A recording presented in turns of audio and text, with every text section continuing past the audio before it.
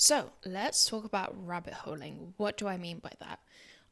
Much like where this comes from, it's about falling into the rabbit hole and kind of not being able to get out. What do we mean by that when we talk about marketing data? So typically, rabbit holing can either happen to you or you kind of inflict it on yourself. When you inflict it on yourself, you typically kind of get lost in data, which, you know what, not a bad thing. But sometimes it can happen to you. So imagine you're at a board meeting or at a marketing monthly reporting meeting, something like that. And all of a sudden, somebody's asking for more and more detail on the things you're reporting. Now, it's not a bad thing, at least they're interested.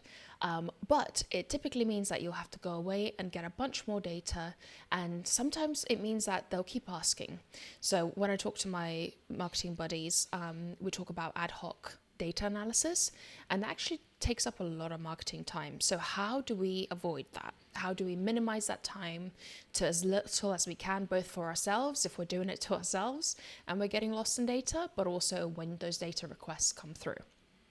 So for me, the key to that is asking two questions. It's a what and a how. So what question does this additional data answer is your first question. And then how will this answer with the additional data that we have change what we're doing? Can it even change what we're doing? So again, the what and the how. What will this additional data answer for us? Like, what question will it answer for us? And how will we be then able to take action given this data? Now, a lot of the time, we do have an idea of what that is, or we have an assumption of what that is, especially if somebody else asks us. And I'll run through like an example in a minute together, so you get the idea of what I'm saying. But whenever we are asked for extra data or we want extra data, we should always go back to those two questions. The other bit I want to talk about when it comes to rabbit holing is actually relevance versus detail. More data is not better, typically. More data is more confusion if you don't know what you're doing with that data. And also very small data can lead to just weird things happening. So your goal to yourself and to anyone asking you for data is always to give just enough data to answer that question well and no more.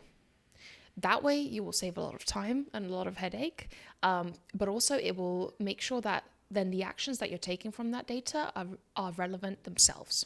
So enough talking in metaphors and similes, enough talking in kind of ethereal ways. Let's talk through a specific example, and I'm going to pick something really, really simple that I think almost everyone would have had at some point. So imagine I'm doing my marketing reporting to, my boss, who is not a CMO, I'm the CMO, so it's somebody on the board, and I'm showing them how much pipeline we generated that month from marketing, but I don't usually show them the details to like what channels it breaks down. But they ask me, what channels is that coming from? And that's a simple question. I can go away and pull all that data, right? Like, no biggie. But they're asking something else. So they're asking for the data, but they want to know something specific. So my first question, the what, would be, hey, I can totally get that data over to you, but I just want to make sure I give you the right data. So could you tell me what question or what insight you would like from knowing where the pipeline is coming from each source? Or you get what I'm saying. They might tell you, I just want to see what sources it's coming from, which is fine, but it's like, okay, but what are you trying to figure out from that, right? So you can kind of push on that. And they'll probably end up responding with something like, I want to know what channels perform the best so we can like put more money in there, right? Wrong. You should not be making those decisions based on pipeline creation by channel. No. So when they respond with something like that, your first response should be like, okay, totally cool. Let me take it offline. I don't want to dig around right now. I'll get back to you with that data. But then you go away back to your desk, and before you ever start searching for that data, you need to think, is that the best way to answer that question? So what I would go back with is either in person, in conversation, or an email. Be like, hey, I know that you want to know what channels are basically best performing for us so we can spend some more money. But actually, I don't think that pipeline by channel is the best way to answer that question. I think we need to look at this, and then we can make that decision. Is that okay? Can we look at that data instead? They'll respond back to you, probably being very happy. And there you go. This sounds like a lot of extra steps, right? I promise you, this has prevented a lot of follow-ups in your life, because the typical scenario would be, hey, could you get me the pipeline breakdown by channel? And you're like, yeah, cool. You send it over to them, and then they're like, oh, but also like, how are they converting? And then you're like, okay, cool, I'll send that through. And then they're like, oh, what about over the last 16 months? Like, has it changed any? You send that through, because all of that is part of that decision of where you should be spending money. And all of those little bits of back and forth means that you have to go back into your data, start from scratch, enrich your data every single time.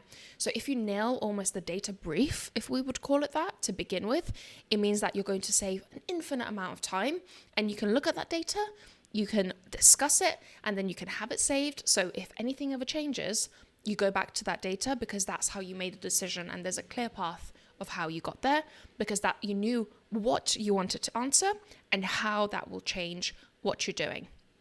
So remember, even if it's yourself, ask yourself the what and the how. If it's a request, definitely ask the what and the how. And you don't have to have that data ready right now. You can go away and think about it. And sometimes you won't have the data that you might need, but you can be like, hey, I think with a combo of this and this, we can get a clear idea, but we'll start measuring this other thing. And that's how you respond to things that you don't have as well. So I hope that makes sense. If you have any specifics that you want to run through, again, drop me a message on here in the chat, and I will be able to talk you through it and we can figure it out together. So I hope that gives you a bit more of an understanding about what I meant by rabbit holing, and also how to tackle it and how to make sure that you're reporting on the right stuff and not getting lost in data forever and ever and making things worse. Thanks for watching.